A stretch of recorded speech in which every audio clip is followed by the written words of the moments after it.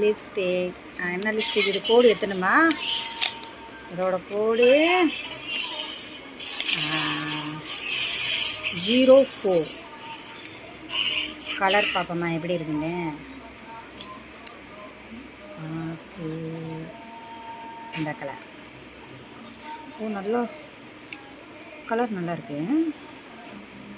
அப்புறம் இந்த கலரு என்ன கலரு? கோசம் 1.